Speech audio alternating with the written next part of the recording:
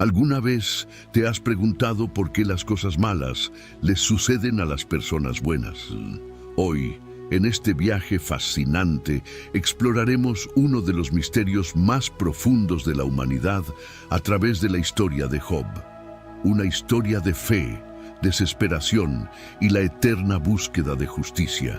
Pero espera, ¿qué si te dijera que esta historia antigua tiene respuestas sorprendentes para nuestras vidas modernas? Prepárate para desafiar todo lo que creías saber sobre la adversidad, la fe y la justicia divina. No te pierdas un solo momento de este revelador viaje.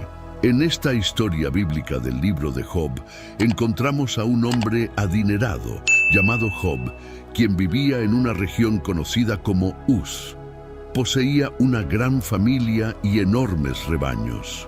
Job era una persona íntegra y justa, siempre comprometido en llevar una vida moral y mantenía una relación muy disciplinada con Dios. En la tierra de Uz vivía un hombre cuyo nombre era Job. Este hombre era irreprochable y honesto, temía a Dios y se alejaba del mal. Tenía 7 hijos y 3 hijas. Poseía 7,000 ovejas, 3,000 camellos, 500 yugos de bueyes, 500 asnos y un gran número de sirvientes. Era considerado el más grande entre todos los pueblos del Oriente. Los hijos de Job acostumbraban celebrar fiestas en sus casas en sus cumpleaños e invitaban a sus 3 hermanas para comer y beber con ellos. Después de un periodo de celebraciones, Job organizaba un ritual de purificación para ellos. Muy temprano en la mañana, ofrecía un sacrificio quemado por cada uno pensando, quizás mis hijos hayan pecado y maldecido a Dios en sus corazones. Esta era la práctica constante de Job, tal como se describe en el primer capítulo, versículos del 1 al 5. Dios destacó las virtudes de Job ante Satanás. Sin embargo, Satanás argumentó que Job era justo solo porque Dios lo favorecía abundantemente. Un día, los ángeles vinieron a presentarse ante el Señor, y Satanás también estaba entre ellos. El Señor preguntó a Satanás, ¿de dónde vienes? Satanás respondió al Señor, de recorrer la tierra yendo y viniendo por ella.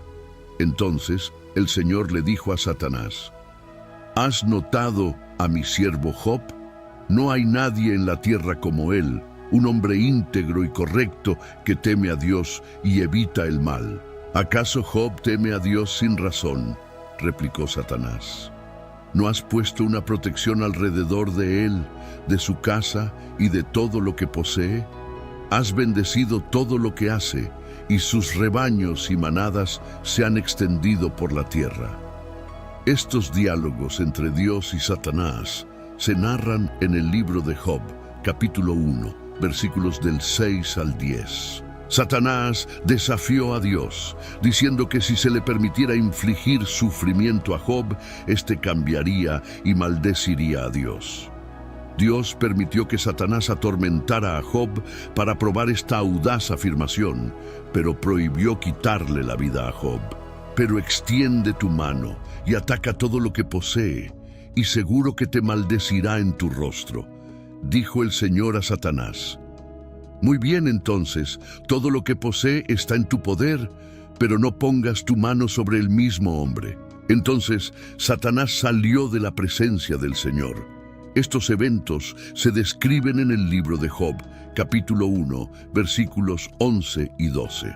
Job recibió 4 noticias en un solo día, informando que sus ovejas, sirvientes y 10 hijos habían muerto, víctimas de invasores ladrones o desastres naturales. Un día, mientras los hijos e hijas de Job estaban celebrando y bebiendo vino en la casa del hermano mayor, un mensajero llegó a Job y dijo, los bueyes estaban arando y los asnos pastando cerca, cuando los sabeos atacaron y se los llevaron. Mataron a los sirvientes a espada, y yo fui el único que escapó para contártelo. Mientras aún hablaba, otro mensajero llegó y dijo, el fuego de Dios cayó del cielo y quemó las ovejas y los sirvientes, y yo fui el único que escapó para contártelo. Mientras éste aún hablaba, llegó otro mensajero. Los caldeos formaron 3 grupos de ataque y lanzaron un ataque sorpresa a tus camellos, llevándoselos. Mataron a los sirvientes a espada, y yo fui el único que logró escapar para informarte. Aún hablando, otro mensajero llegó diciendo: tus hijos e hijas estaban celebrando y bebiendo vino en la casa del hermano mayor, cuando de repente un fuerte viento vino del desierto y golpeó los 4 rincones de la casa. Esta se derrumbó sobre ellos y murieron. Yo soy el único que escapó para contártelo. Estos trágicos eventos se describen en el libro de Job, capítulo 1, versículos 13 a 19. En su luto, Job rasgó sus vestiduras y se rapó la cabeza, pero aún así alabó a Dios en sus oraciones. Entonces Job se levantó, rasgó su manto, se rapó la cabeza y postrado en el suelo, adoró, diciendo: desnudo salí del vientre de mi madre, y desnudo partiré. El Señor dio y el Señor quitó, bendito sea el nombre del Señor. En todo esto, Job no pecó ni atribuyó a Dios ninguna falta. Esta respuesta de Job está en el libro de Job, capítulo 1, versículos 20 a 22. Satanás aparece en el cielo de nuevo y Dios le da otra oportunidad para probar a Job. Esta vez, Job sufre de terribles heridas en la piel. La esposa de Job intenta persuadirlo a maldecir a Dios y renunciar a la vida, pero él resiste e intenta soportar sus sufrimientos. 2 tramas se entrelazan hábilmente, una celestial y otra terrenal. Los acontecimientos en la tierra son el resultado de algo que ya ocurrió en el cielo, al igual que hay guerra en la tierra inmediatamente después de un conflicto en el cielo, como en el libro del Apocalipsis. Elifaz, Bildad y Zofar, 3 amigos de Job, llegan para consolarlo, sentándose con él en silencio por 7 días en respeto a su luto. Job habla en el 7º día, iniciando un diálogo en el cual cada uno de los 4 hombres ofrece descripciones poéticas de sus problemas. Job maldice el día de su nacimiento, comparando la vida y la muerte con la luz y la oscuridad.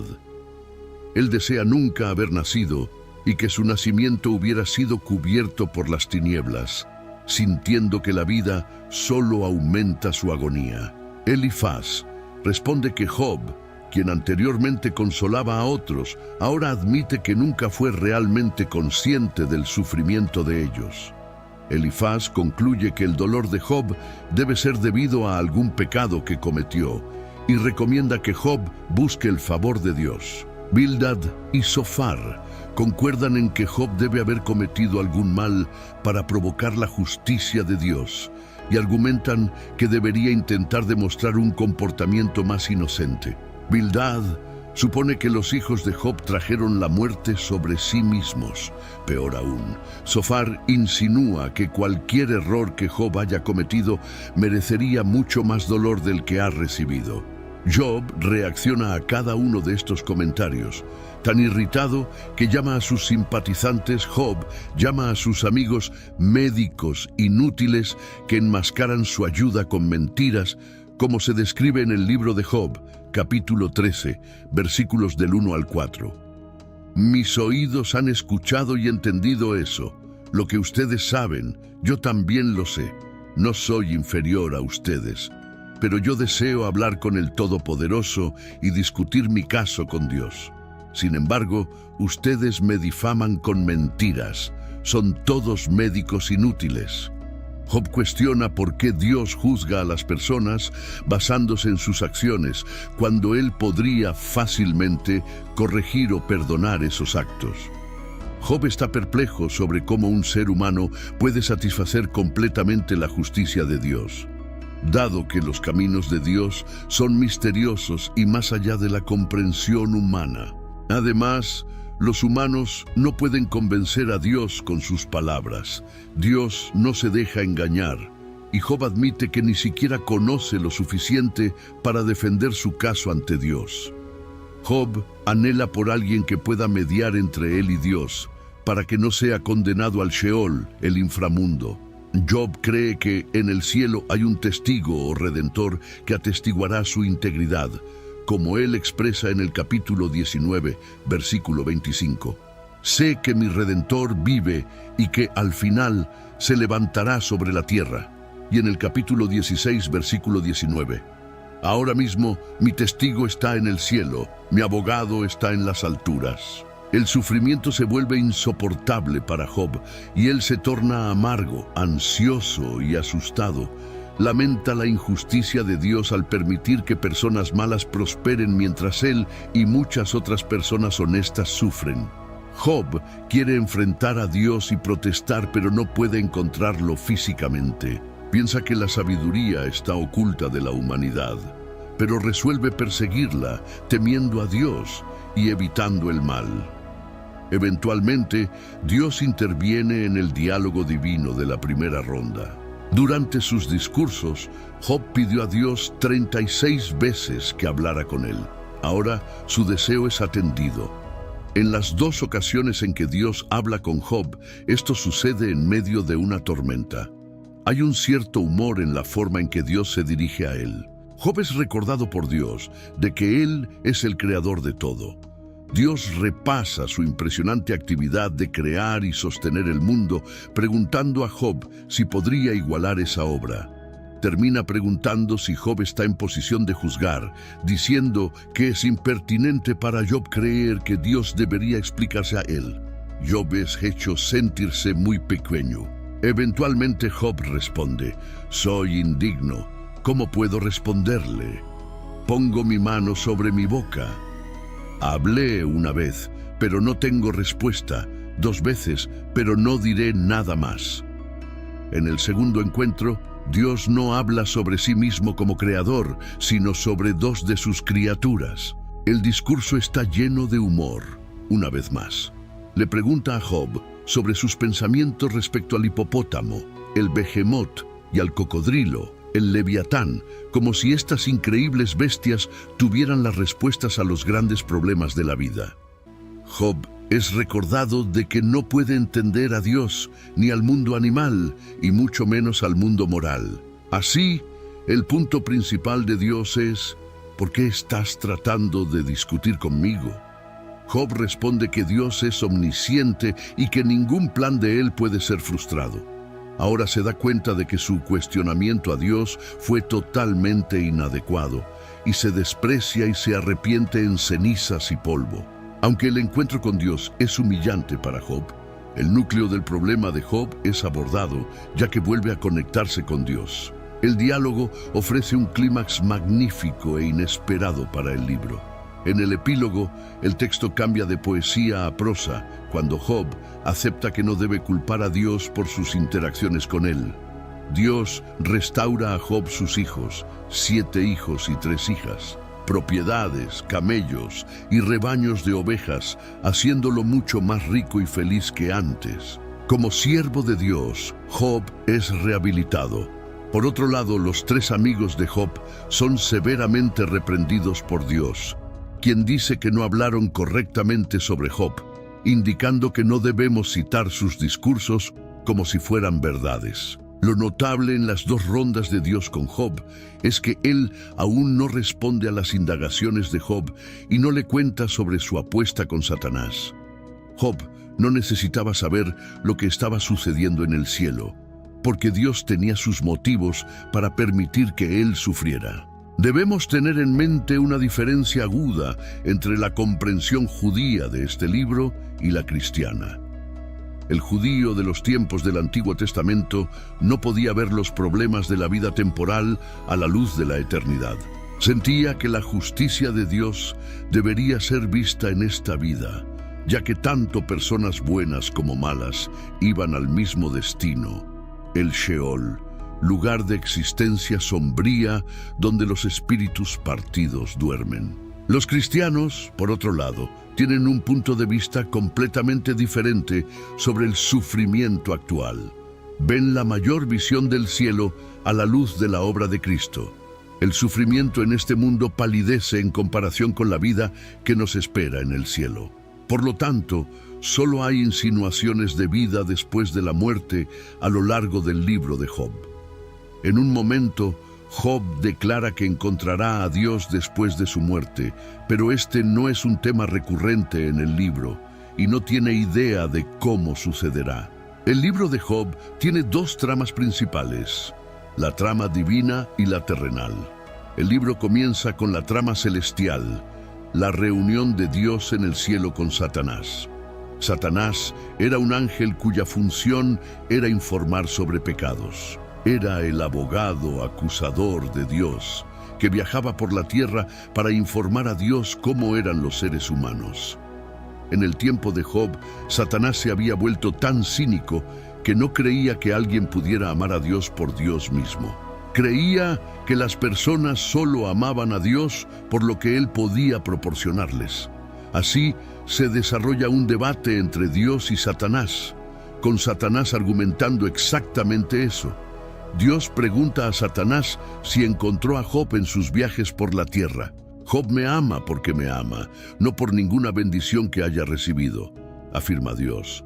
La respuesta de Satanás es cínica, argumentando que si Dios quitara las bendiciones de Job, él blasfemaría contra Dios, al igual que cualquier otro. Como resultado, ocurre la apuesta divina. La tensión es esencial en cualquier drama excelente.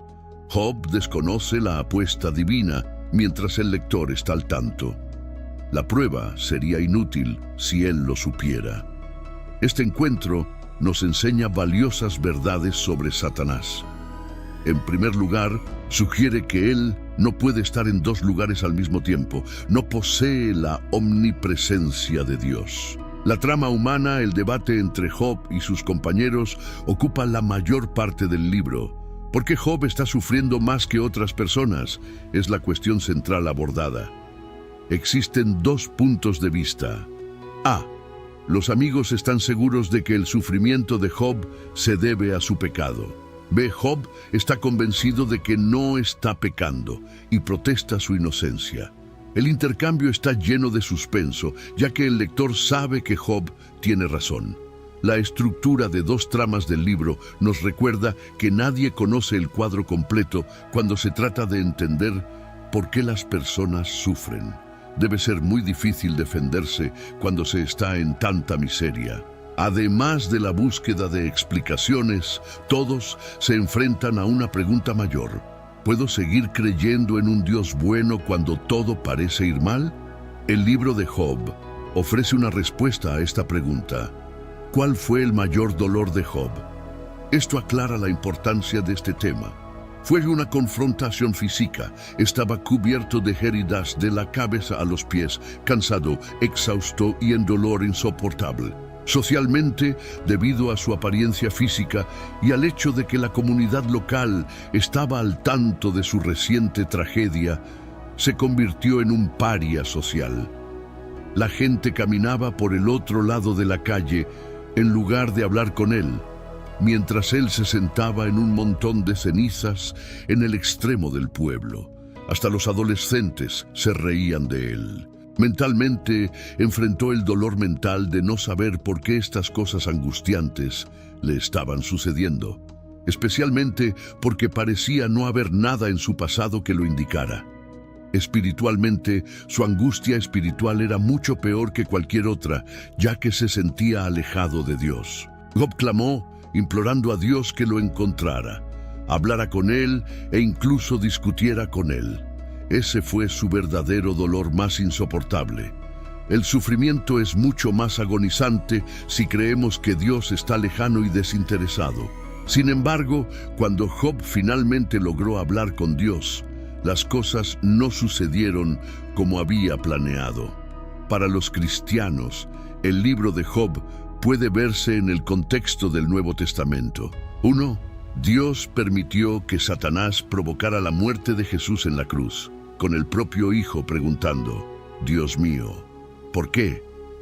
Al igual que con Job, Dios no explicó por qué. Esto sugiere que incluso el Hijo de Dios perdió el contacto con el propósito de su sufrimiento bajo la intensidad del tormento de la crucifixión. 2. El cristiano entiende que la vida continúa más allá de la muerte. Los problemas del sufrimiento no necesitan ser resueltos en esta vida. Es interesante notar que en la versión griega del libro de Job se agregó un versículo adicional afirmando que él, Job, resucitará con aquellos a quienes el Señor resucite. 3. Esta esperanza de resurrección nos recuerda que habrá una reivindicación final de Job. Los cristianos creen que Jesús regresará para juzgar a los vivos y a los muertos al final de los tiempos. Algún día habrá una escena de tribunal donde Jesús se sentará como juez y todas las personas malas y piadosas que han vivido estarán ante su trono para ser juzgadas de acuerdo con sus acciones en el cuerpo. Por lo tanto, todo lo que Job anhelaba está a punto de hacerse realidad. La justicia de Dios será aplicada a toda la raza humana en una reivindicación pública de justicia. Al explorar la increíble jornada de Job, descubrimos que las lecciones de fe, resiliencia y justicia divina son más relevantes que nunca. Pero el viaje no termina aquí. Tenemos mucho más para descubrir juntos. Si te gustó este video, imagina lo que más podemos explorar. Cada historia que compartimos es una nueva oportunidad para desentrañar misterios, encontrar inspiración y transformar nuestra percepción del mundo. Entonces, no te quedes fuera. Suscríbete al canal ahora y activa las notificaciones para nunca perderte una aventura. Tu me gusta es muy importante para nosotros, ya que nos ayuda a alcanzar a más personas con estos poderosos mensajes. Comenta abajo tus reflexiones y comparte este video con amigos y familiares que también se beneficiarían de estas historias extraordinarias. Juntos continuaremos nuestro viaje en busca de sabiduría e inspiración. Nos vemos en el próximo video. Mientras cerramos juntos otro capítulo, sé que algunas preguntas todavía pueden resonar en tu mente. Puedes estar preguntándote cómo navegar por las complejidades de la vida espiritual y desbloquear un camino de abundancia y bendiciones. El viaje es desafiante, pero no tienes que caminar solo.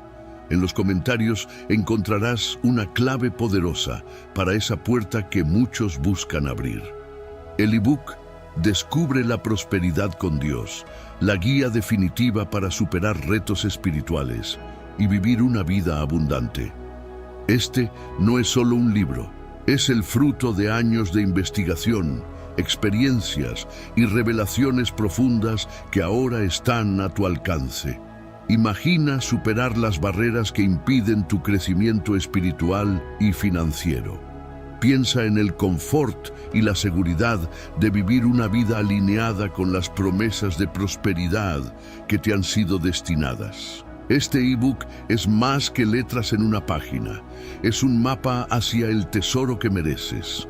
Únete a los muchos que ya están recorriendo un camino iluminado por la fe y el conocimiento. El poder de transformar tu vida está a solo un clic. Revisa ahora en los comentarios y comienza tu viaje hacia una vida de plenitud y prosperidad.